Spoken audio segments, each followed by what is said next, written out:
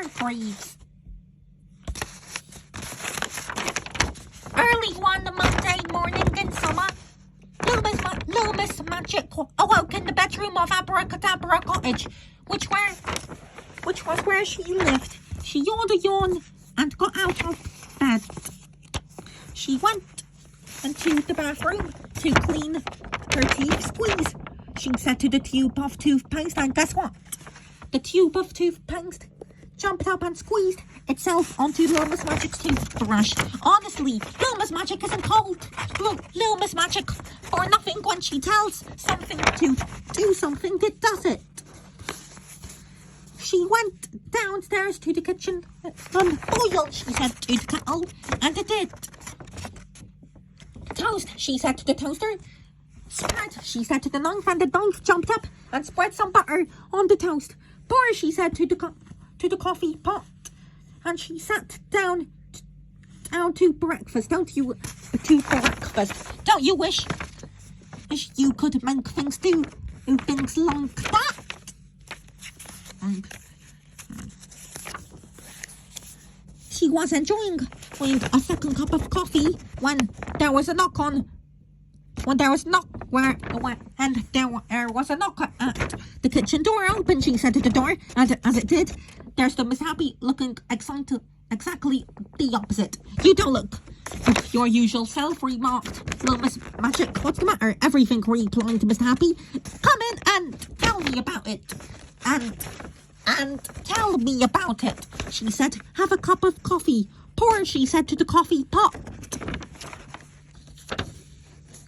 Now, said Loomis Magic, what is it? It's Mr. Tickle, replied Mr. Happy. He's become absolutely impossible. What do you mean? Asked Loomis Magic.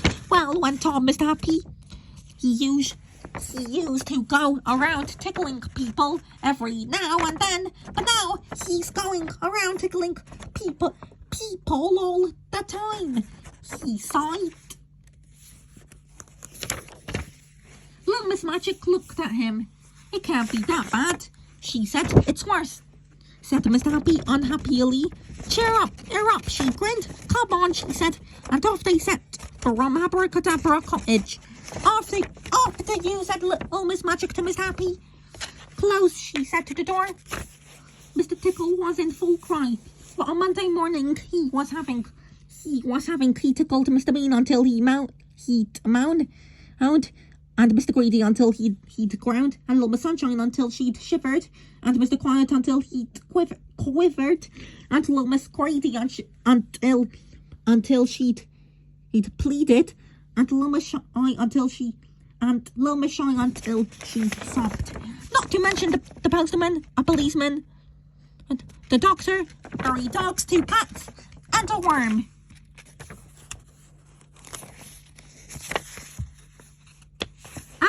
Aha! cried Mr. Tickle as he spied Loomis Magic and Mr. Happy. Anyone more tickled, and he rushed up to them, reaching out those extraordinarily long arms of his, with those particularly ticklish fingers on the ends of him. Loomis Magic looked up at Mr. Happy. I see what you mean, she said, and winked. She pointed at Mr. Tickle's extraordinarily long right arm. Shrink, she said, and then she pointed at Mr. Tickle's extraordinarily long left arm. Shrink, she said again, and as you remember, Loomis Magic tells something to do something. I think it does it. It does it. So, Mr. Tickle's arms were certainly not extraordinarily long. They were extraordinarily ordinary. That's not fair, he cried. You've spoiled my fun. It might have been fun for you, remarked Mr. Happy, but it wasn't much fun. And for anybody else, come and see me tomorrow, said Loomis Magic to Mr. Tickle. There, she said to Miss Happy. Happy now? Miss Happy smiled, that famous smile of his. I'll say, she said. And come on, he added, I'll buy you lunch. And off they went to his favourite restaurant, Smiler's. On Tuesday, Mr. Mr. Tickle went around to Abracadabra Cottage. He knocked at the front door, opened, said a voice inside. Oh, hello, smiled little Miss Magic. As the door opened by itself. Oh, and she saw who was standing there. Come in. I expect you'd like me to make your arms long again. She said, oh yes, please, said Mr. Tickle. Very well. And she said, Mr. Tickle's face lit up on one condition. She got it. His face fell. You are only allowed one tickle a day, said Mr. Tickle. That's not much. Promise, said little Miss Magic. Mr. Tickle signed. Promise, he said.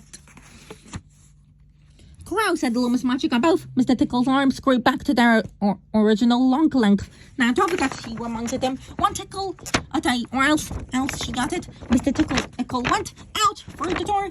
Goodbye, she said to him. Shut, she said to the door.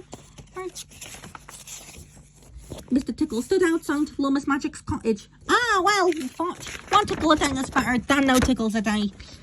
It was then and that he saw one of those downstairs windows of Abracadabra Cottage was open. One tickle a day, he thought, and a small smile came to his face. One tickle a day, he thought.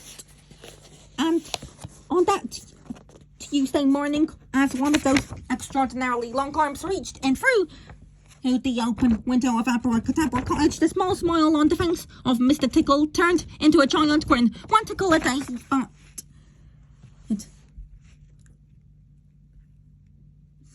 The narration was by me.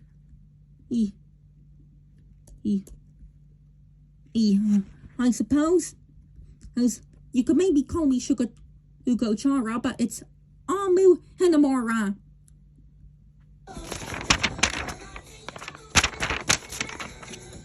And don't forget to subscribe and join G and Abracadabra. Bye bye.